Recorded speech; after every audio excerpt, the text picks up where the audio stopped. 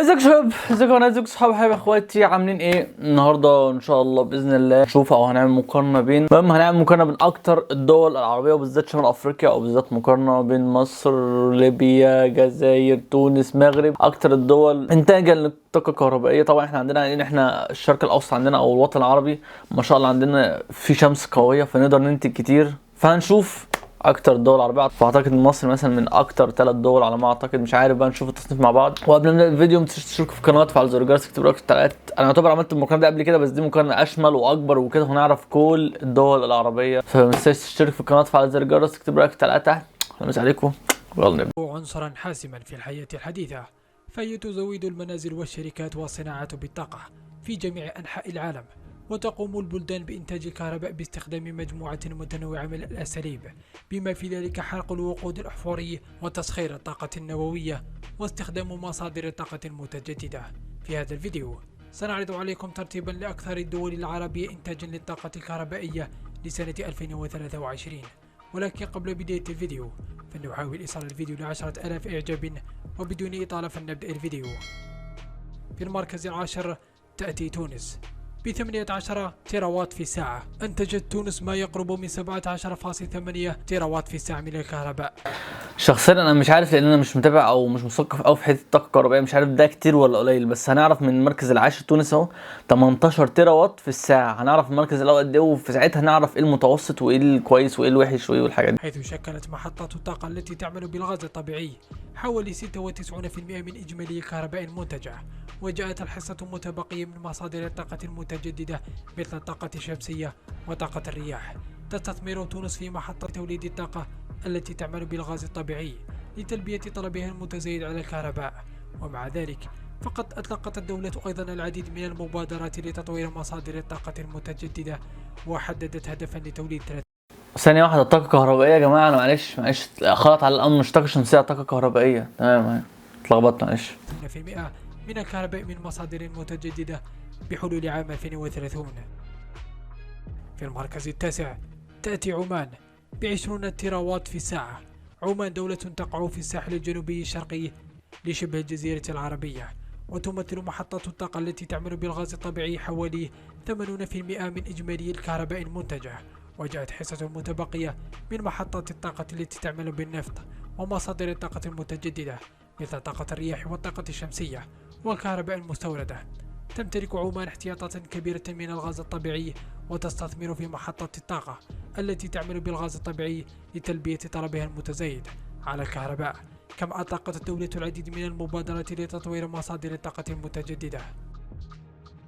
في المركز الثامن تأتي قطر ب 28 تيراوات في الساعة. قطر هي دولة صغيرة تقع في الشرق الأوسط، وهي واحدة من أكبر مصدري الغاز الطبيعي المسال في العالم، حيث شكلت محطة الطاقة التي تعمل بالغاز الطبيعي ما يقرب من 100% من إجمالي الكهرباء المنتجة. وتمتلك قطر احتياطات كبيرة من الغاز الطبيعي، والغاز الطبيعي هو الوقود الأساسي المستخدم لتوليد الطاقة الكهربائية في البلاد. تستثمر الدولة في محطات الطاقة التي تعمل بالغاز الطبيعي، وحددت قطر هدفا لتوليد 20% من الكهرباء من مصادر متجددة بحلول عام 2030. في المركز السابع الكويت 30 تيراوات في الساعة. الكويت بلد صغير غني بالنفط يقع في الخليج العربي، حيث شكلت محطة الطاقة التي تعمل بالغاز الطبيعي أكثر من 95% من إجمالي الكهرباء المنتجة. وجاءت الحصة المتبقية من محطات الطاقة التي تعمل بالنفط ومصادر الطاقة المتجددة. تمتلك الكويت احتياطات كبيرة من الغاز الطبيعي، وتستثمرها في محطات الطاقة الكهربائية التي تعمل. هتلاحظ اغلبيه الدول لحد دلوقتي بالذات دول الخليج، لسه دخلنا عمان، الكويت، قطر، غير تونس، اكتر الحاجات بيستخدموها هي الغاز الطبيعي بحيث بيحولوه لطاقه كهربائيه. مع ان انا شايف الطاقه المتجدده اللي هي الطاقه الحلوه الجميله السهله اللطيفه هي الطاقه الشمسيه، اللي انا اتلخبطت معلش في الاول يعني. طاقه متجدده ما بتخلصش بتاعت ربنا، يعني ما اجمل من كده. والشمس لان احنا عندنا الشمس عندنا متعامده وقويه قوي في منطقه الشرق الاوسط والوطن العربي. فيا باشا يعني كان في دراسات يا جماعه من يجي 10 سنين بيقول لك ان مصر احنا يعتبر قاعدين كقاهره واسكندريه والمدن اللي هي الحيويه والمحافظات يعني في مصر على النيل، باقي في صحراء شرقيه وصحراء غربيه. الشرقيه دي صغيره، الغربيه دي كبيره قوي.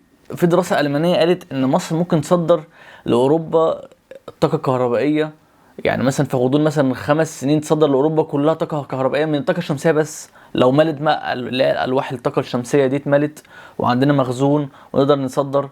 بس للاسف دلوقتي بقى في ما شاء الله معمول الحاجات دي، بس زي عندنا زي ما هتلاقي موجود في الجزائر اللي يعتبر اكبر بلد في الوطن العربي، واعتقد في افريقيا برضو الجزائر. ف كان مساحات كبيره كان ممكن تعمل ده وفي ايديها على فكره. فانا شايف ان الحاجات دي، انا شايف ان هي سهله مش عائق يعني، لان الحاجات دي اعتقد تكلفتها مش اللي هي الضخمه قوي يعني، ممكن اي دوله تقدر عليها فاهماني.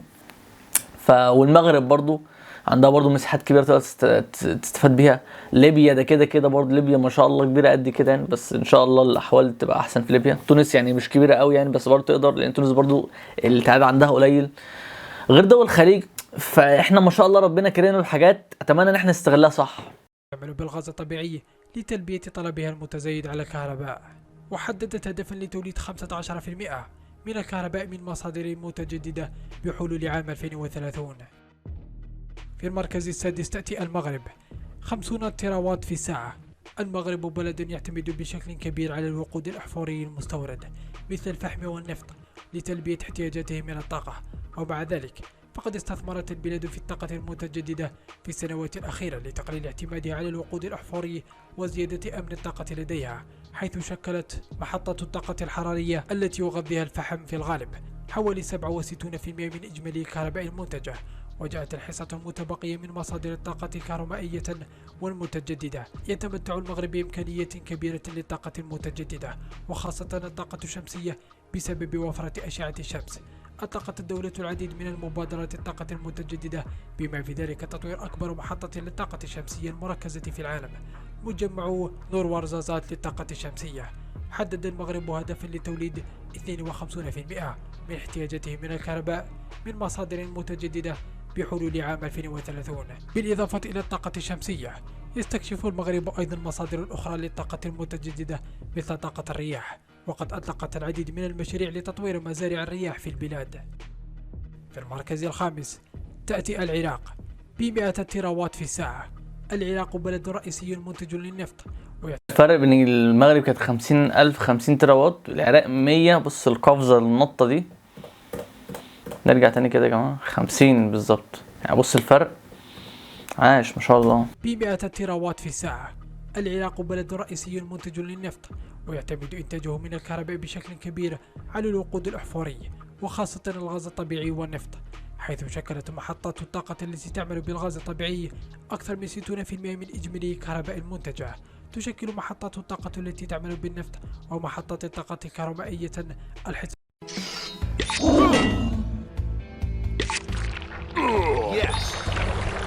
المتبقية. على الرغم من وفرة الموارد النفط والغاز، فقد استثمرت العراق في الطاقة المتجددة في السنوات الأخيرة لتنويع مزيج الطاقة وتقليل اعتماده على الوقود الأحفوري. تتمتع البلاد بإمكانية كبيرة للطاقة المتجددة، وخاصة الطاقة الشمسية، نظرا لوفرة أشعة الشمس فيها. أطلق العراق العديد من المشاريع لتطوير محطات الطاقة الشمسية ولاستكشاف إمكانية الطاقة الرياح أيضا. في المركز الرابع تأتي الجزائر ب110 تراوات في الساعة. الجزائر دولة رئيسية منتجة للنفط والغاز، ويعتمد إنتاجها من الكهرباء بشكل كبير على الوقود الأحفوري. الجزائر ما شاء الله انها برضه غنيه بالثروات والوقود الاحفوري والنفط والغاز، كذلك مساحتها كبيره ممكن تستخدمها في حوار تتولد الطاقه من الطاقه الرياح تحولها طاقه كهربائيه، او طاقه شمسيه تتحول لطاقه كهربائيه. يعني انا شايف ان الصراحه الجزائر لسه ما استغلتش يعني الثروات اللي عندها احسن استغلال الصراحه، وخاصه الغاز الطبيعي والنفط، حيث شكلت محطة الطاقة التي تعمل بالغاز الطبيعي أكثر من 98% من إجمالي الكهرباء المنتجة. وجاءت الحصة المتبقية من محطات الطاقة الكهربائية. ومع ذلك تستثمر الجزائر أيضا في مصادر الطاقة المتجددة لتنويع مزيجها من الطاقة وتقليل اعتمادها على الوقود الأحفوري. تتمتع البلاد بإمكانية كبيرة للطاقة المتجددة، وخاصة الطاقة الشمسية، نظرا لوفرة أشعة الشمس فيها. في عام 2011 أطلقت الجزائر برنامجا لتطوير الطاقة المتجددة بهدف توليد 22% من الكهرباء من مصادر متجددة بحلول عام 2030.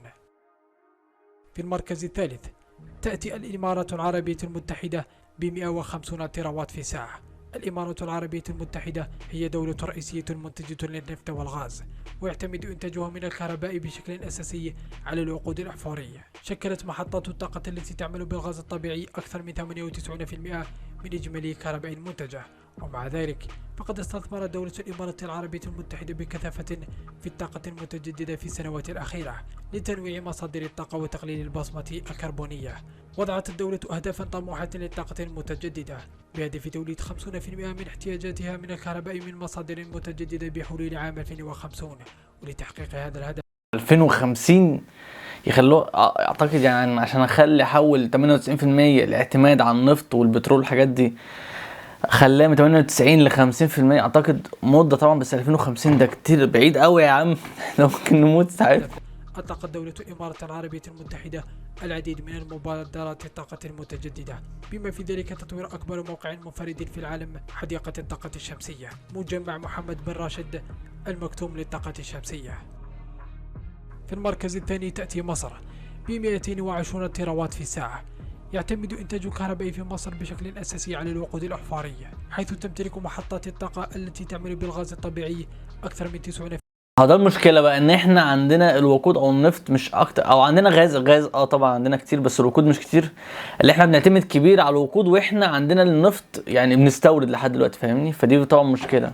في المئة من إجمالي الكهرباء المنتجة التي تعمل بالغاز الطبيعي أكثر من 90% من إجمالي الكهرباء المنتجة.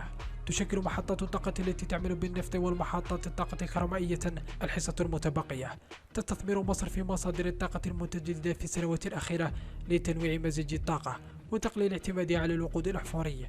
تمتلك الدولة إمكانية كبيرة للطاقة المتجددة، وخاصة الطاقة الشمسية. يعني شايفين لسه مكلمكم عن الحوار ده، الرسومات دي الصحراء الغربية اهي. هنا يا باشا تتعمل حاجات اللي هي الالواح بتاعت الطاقه الشمسيه، او مثلا العواميد المراوح بتاعت طاقه الرياح. الدراسه دي يا جماعه في الحته دي الفاضيه، عشان احنا عندنا الحته دي فاضيه قوي قوي قوي، او فيها سكان كده بس قليلين جدا، بس الحته دي فاضيه جدا. وطاقه الرياح نظرا لوفره مواردها من اشعه الشمس وطاقه الرياح. في عام 2019 أطلقت مصر أكبر حديقة للطاقة الشمسية في العالم، حديقة بنبان للطاقة الشمسية، والتي من المتوقع أن تولد 1.8 جيجاوات من الكهرباء عند اكتمالها. أخيرا في المركز الأول تأتي المملكة العربية السعودية ب 410 تيراوات في الساعة. تعد السعودية من بين أكبر 10 دول منتجة للكهرباء في العالم، حيث تحتل المركز العاشر عالميا، وهي الدولة الرئيسية منتجة للنفط. وعلى هذا النحو فإن إنتاج الكهرباء فيها يعتمد بشكل كبير على الوقود الأحفوري، وخاصة النفط والغاز الطبيعي. وفقا لوكالة الطاقة الدولية أنتجت المملكة العربية السعودية ما يقرب من 410 تيراوات في الساعة من الكهرباء، مع أكثر من 50% من محطات الطاقة التي تعمل بالنفط و45% من الغاز الطبيعي. جاءت الحصة المتبقية من مصادر متجددة مثل الطاقة الشمسية وطاقة الرياح، والتي يتم تطويرها لتنويع مزيج الطاقة في البلاد وتقليل اعتمادها على الوقود الأحفوري.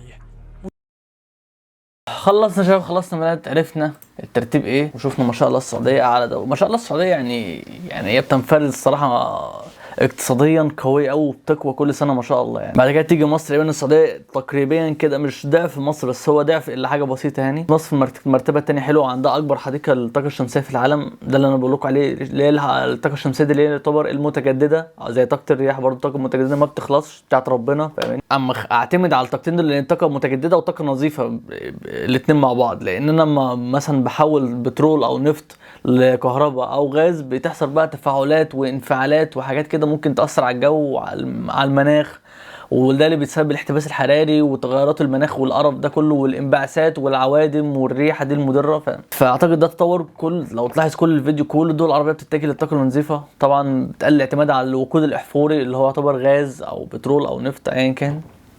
فاعتقد ده تطور والفكر الصح والفكر الحديث والفكر اللي احنا المفروض نمشي عليه. بس كده اتمنى الفيديو يكون عجبكم، ما تنسوش تشتركوا في القناه وتفعلوا زر الجرس، تكتبوا رايكم في التعليقات تحت، وقولوا رايكم في التعليقات تحت، وكل واحد يقول بلده انهي بلد وانهي ترتيب تحت في التعليقات. ولو عايزين مثلا مقارنه حاجه معينه ممكن انزل حوار مثلا اصور لكم وانزل لكم كل يوم، بس انا عايز شويه مساعده منكم، شويه تفاعل كده، حاجات حلوه عشان بس نظبط الدنيا. مش عليكم، سلام.